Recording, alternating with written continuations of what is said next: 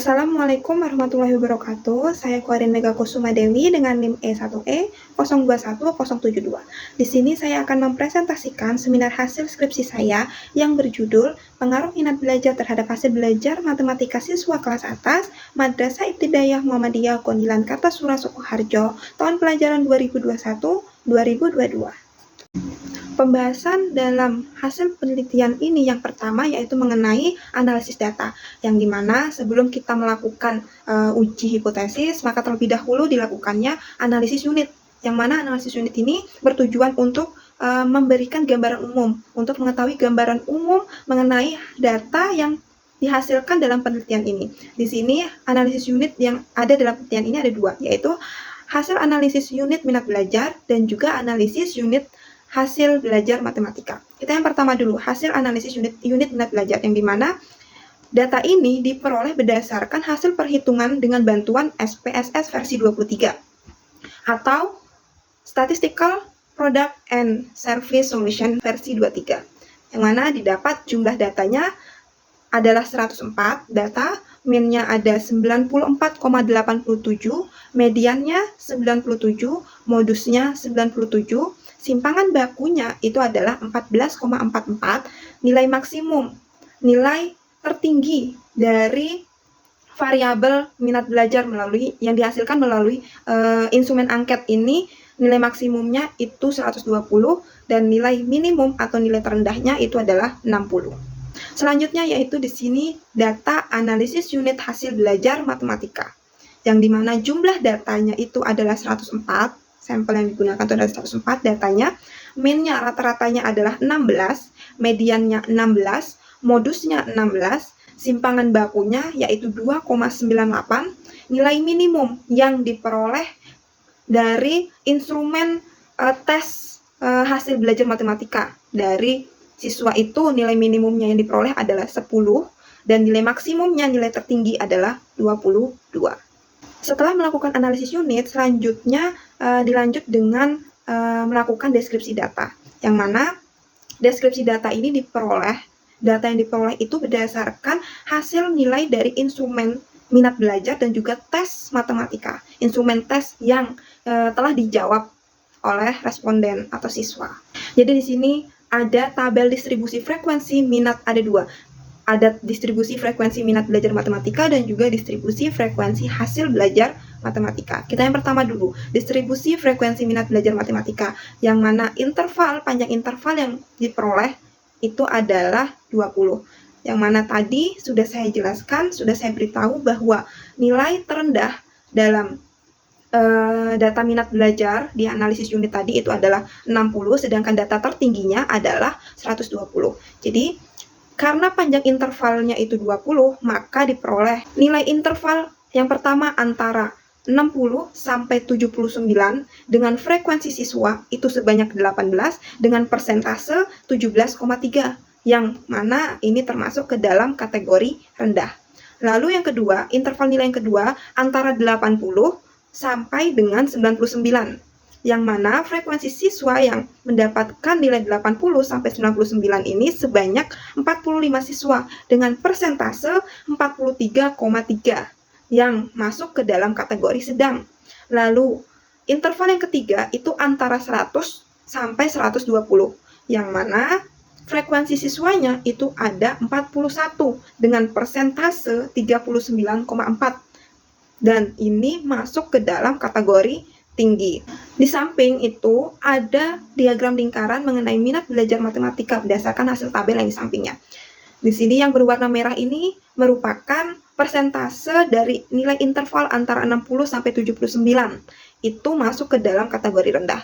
Yang berwarna biru itu persentase dari interval nilai 80 sampai 99 yang masuk ke dalam kategori sedang. Sedangkan yang warna kuning itu adalah persentase dari interval nilai 100 sampai 120 yang masuk ke dalam kategori tinggi. Dengan demikian, berdasarkan tabel dan juga diagram lingkaran ini dapat disimpulkan bahwa minat belajar matematika siswa kelas atas di Madrasah Ibtidaiyah Muhammadiyah Gondilan Kartasura Sukoharjo tahun pelajaran 2021-2022 bahwa minat belajarnya itu masuk minat belajar matematikanya itu masuk ke dalam kategori sedang, yaitu sebesar 43,3%. Kemudian, distribusi frekuensi hasil belajar matematika. Di sini sudah ditampilkan tabelnya bahwa panjang interval pada hasil belajar matematika ini itu ada 4 panjangnya, itu 4 panjang intervalnya, sehingga tadi sudah saya beritahu bahwa nilai terendah di dalam hasil belajar matematika itu yang diperoleh itu adalah 10, sedangkan nilai tertingginya adalah 22. Sehingga karena panjang intervalnya ada 4, maka interval nilai yang pertama itu dimulai dari 10, nilai terendah, sampai 13, dengan frekuensi siswa 23, dan persentasenya itu 22,1, yang mana masuk ke dalam kategori rendah. Lalu interval nilai yang kedua itu antara 14 sampai 17, dengan frekuensi siswa yang mendapatkan nilai antara 14 sampai 17 itu sebanyak 46 siswa dengan persentase 44,2, yang mana ini masuk ke dalam kategori sedang. Sedangkan interval yang ketiga itu nilainya antara 18 sampai 22, yang mana siswa yang mendapatkan nilai antara 18 sampai 22 atau frekuensi siswa di sini sebanyak 35 dengan persentase 33,7, yang mana masuk ke dalam kategori tinggi. Lalu di sampingnya itu ada gambar diagram lingkaran mengenai hasil belajar matematika, distribusi frekuensi hasil belajar matematika. Yang berwarna hijau itu menunjukkan persentase dari interval nilai 10 sampai 13, yang mana itu masuk ke dalam kategori rendah. Lalu yang berwarna kuning itu persentase dari interval nilai 14 sampai 17 dengan frekuensi siswa yang mendapatkan nilai tersebut itu sebanyak 46 siswa dengan kategori sedang. Lalu yang berwarna orange itu adalah persentase dari interval nilai 18 sampai 22 dengan masuk ke dalam kategori tinggi. Maka berdasarkan data ini, berdasarkan diagram lingkaran ini, maka dapat ditarik kesimpulan bahwa hasil belajar matematika siswa kelas atas di Madrasah Ibtidaiyah Muhammadiyah Gonilan Kartasura Sukoharjo tahun pelajaran 2021-2022 masuk ke dalam kategori sedang dengan besar persentasenya yaitu 44,2%. Selanjutnya, sebelum melakukan uji hipotesis, terlebih dahulu dilakukan uji prasyarat berupa uji normalitas. Nah, uji normalitas di dalam penelitian ini menggunakan Kolmogorov-Smirnov test dengan bantuan SPSS versi 23. Berikut ini ditampilkan datanya seperti yang terlihat di layar, bahwa pada variabel minat belajar itu hasil uji Kolmogorov-Smirnovnya itu adalah 0,110 dengan taraf signifikannya yaitu 0,05, yang mana yang berarti karena hasil uji Kolmogorov-Smirnovnya itu lebih tinggi dibandingkan taraf signifikannya yaitu 0,05, maka minat belajar siswa pada mata pelajaran matematika itu berdistribusi normal, sebaran datanya itu normal. Lalu pada variabel hasil belajar matematika itu diperoleh hasil Kolmogorov-Smirnovnya yaitu 0,061 dengan taraf signifikan kriteria uji normalnya yaitu 0,05. Dengan demikian, karena hasil uji Kolmogorov-Smirnovnya itu lebih tinggi daripada taraf signifikannya yaitu 0,05, maka dapat ditarik kesimpulan bahwa hasil belajar matematika siswa itu berdistribusi normal, datanya itu normal. Yang kedua yaitu uji linearitas, yang mana uji ini digunakan untuk mengetahui hubungan linear antara variabel bebas dengan variabel terikat, yang dimana variabel bebas dalam penelitian ini adalah minat belajar matematika dan variabel terikatnya di dalam penelitian ini adalah hasil belajar matematika. Adapun uji linearitas data di dalam penelitian ini menggunakan scatter plot dengan bantuan SPSS versi 23. Diagramnya seperti yang terlihat di layar.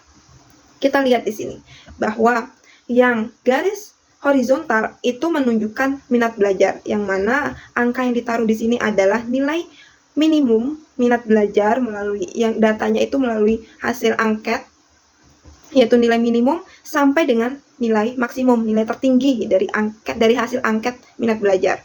Lalu garis vertikal ini adalah hasil belajar matematika siswa, yang mana yang digunakan adalah nilai minimum hasil belajar matematika siswa melalui instrumen tes dari siswa. Hasil instrumen tes hasil belajar matematika itu yang digunakan adalah nilai minimum sampai dengan nilai maksimum, nilai tertingginya. Kita lihat berdasarkan gambar diagram scatter plot ini bahwa adanya pola hubungan antar dua variabel yang menyebar mengikuti garis lurus. Ini artinya bahwa hubungan antara dua variabel, yaitu hubungan antara minat belajar matematika dengan hasil belajar matematika, itu adalah linier. Hal ini terbukti dengan adanya pola lurus yang terlihat di dalam scatter plot ini. Selanjutnya barulah uji hipotesis. Di dalam penelitian ini, uji hipotesis yang dilakukan yaitu uji korelasi, menguji hubungan antara dua variabel, lalu uji koefisien determinasi untuk mengetahui seberapa besar pengaruh kontribusi dari minat belajar terhadap hasil belajar matematika. Pada hasil uji korelasi menggunakan produk momen dengan bantuan SPSS versi 23 didapat nilai persen correlation atau R hitungnya itu sebesar 0,717 dengan taraf signifikan yaitu sebesar 5%, yaitu 0,176. Yang berarti bahwa karena R hitungnya, persen correlation-nya itu lebih besar, yaitu sebesar 0,717, itu lebih besar daripada R tabelnya, taraf signifikansinya, yaitu 0,176. Yang berarti bahwa hipotesis nolnya itu ditolak, sedangkan hipotesis alternatifnya dalam penelitian ini itu diterima. Itu menunjukkan bahwa adanya hubungan positif antara minat belajar matematika terhadap hasil belajar matematika. Kita tadi mengetahui nilai R hitungnya atau nilai percent correlation-nya itu 0,717, yang berarti bahwa tingkat hubungan minat belajar matematika terhadap hasil belajar matematika itu sangat kuat. Selanjutnya yaitu uji koefisien determinasi. Jadi uji ini dilakukan untuk mengetahui, tadi juga sudah saya jelaskan, sudah saya beritahu bahwa uji ini dilakukan untuk mengetahui seberapa besar kontribusi pengaruh antara minat belajar matematika terhadap hasil belajar matematika. Nilai koefisien determinasi antara kedua variabel ini diperoleh berdasarkan dari perhitungan dengan menggunakan SPSS versi 23.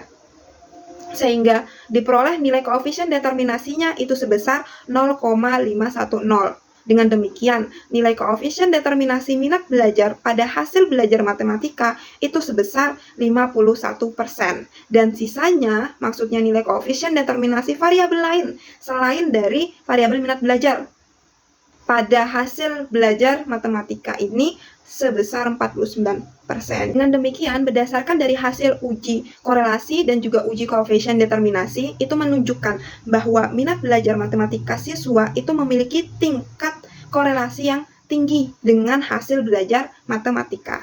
Kesimpulan dalam penelitian ini yaitu berdasarkan hasil penelitian yang telah saya uraikan, maka dapat ditarik kesimpulan yaitu sebagai berikut. Yang pertama, minat belajar matematika siswa kelas atas di Madrasah Ibtidaiyah Muhammadiyah Gondilan Kartasura Sukoharjo itu masuk ke dalam kategori sedang, yaitu sebesar 43,3%.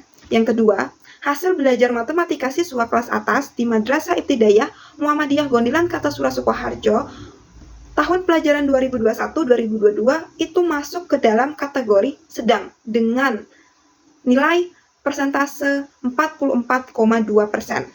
Dan yang ketiga, yang terakhir, yaitu berdasarkan hasil uji korelasi menggunakan produk momen, didapatkan adanya hubungan positif antara minat belajar matematika dengan hasil belajar matematika kelas atas di Madrasah Ibtidaiyah Muhammadiyah Gondilan Kartasura Sukoharjo tahun pelajaran 2021-2022. Maksudnya apa di sini? Hubungan positif itu maksudnya semakin tinggi minat belajar matematika siswa kelas atas, maka hasil belajarnya juga akan semakin tinggi. Hasil belajar matematikanya juga akan semakin tinggi. Begitu juga sebaliknya, semakin rendah minat belajar matematika siswa kelas atas, maka hasil belajarnya pun ikut semakin rendah.